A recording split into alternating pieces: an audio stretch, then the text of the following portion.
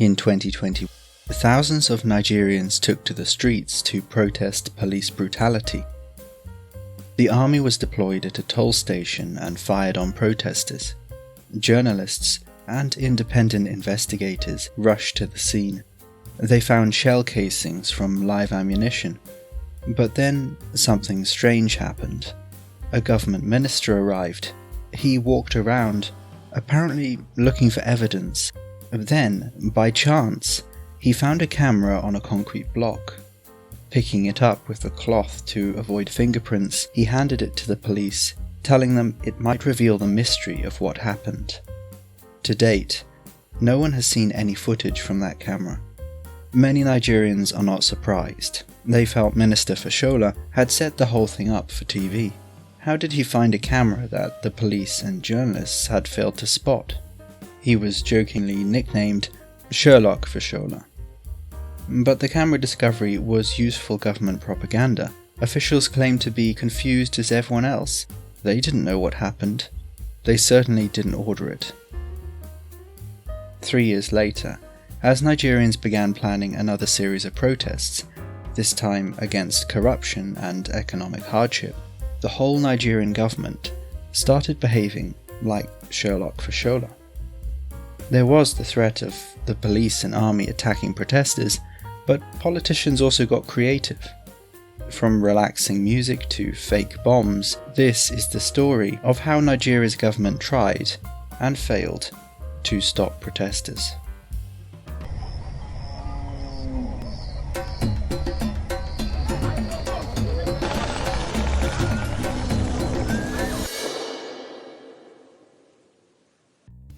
Kenya's 2024 tax demonstrations have been a disaster for their president, William Ruto. Other governments watched as Ruto tried and failed to stop protesters. In Kenya, his reluctance to compromise and use of threats have made him unpopular. In Uganda, police crushed protests at an early stage, but Nigeria is not a dictatorship, and its government had to get a little bit more creative. One of the first things President Tinubu did was to show a willingness to compromise. Nigeria's political class agreed to take a 50% pay cut for 6 months, in sympathy with the economic hardship of ordinary people. But the pay cut didn't affect their allowances, which are worth more than their basic salary. In any case, to back up the gesture, Tinubu raised the minimum wage and began importing cheaper food, like rice and beans. But with less than a week before planned protests, there wasn't time for people to experience the benefits of these changes. The government quickly turned to other strategies.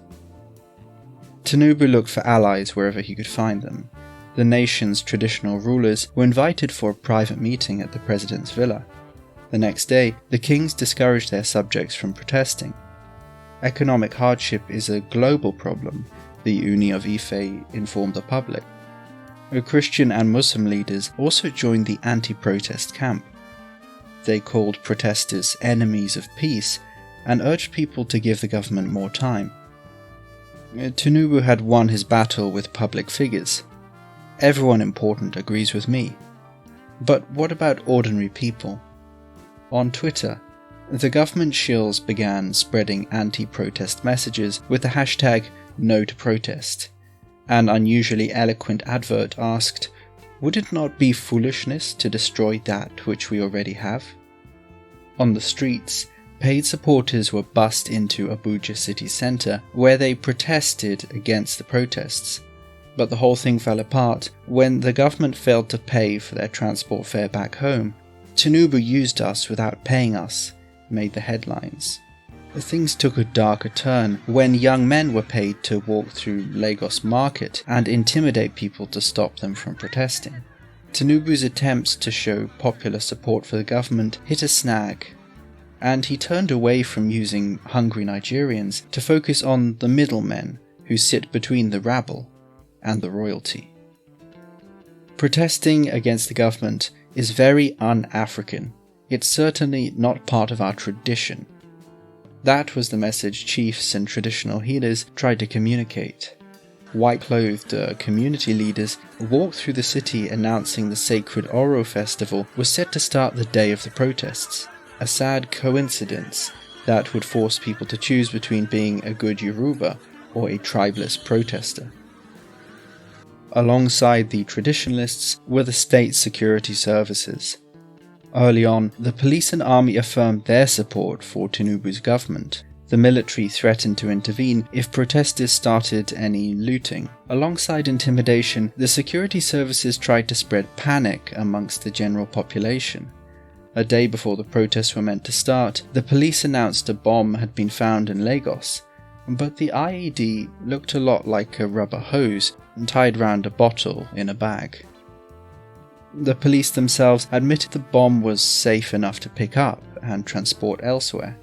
Stay at home, citizens were told. For many, the situation recalled the Sherlock Fashola incident. Despite the government's multiple attempts to discourage protests, people walked out onto the streets on August 1st and began 10 days of demonstrations. In Kenya, William Ruto had made the mistake of ignoring protests and then condemning them, fueling more anger. Tinubu had a final card up his sleeve. Whilst protesters were beaten and arrested on the streets, the president delivered a national address with musical accompaniment.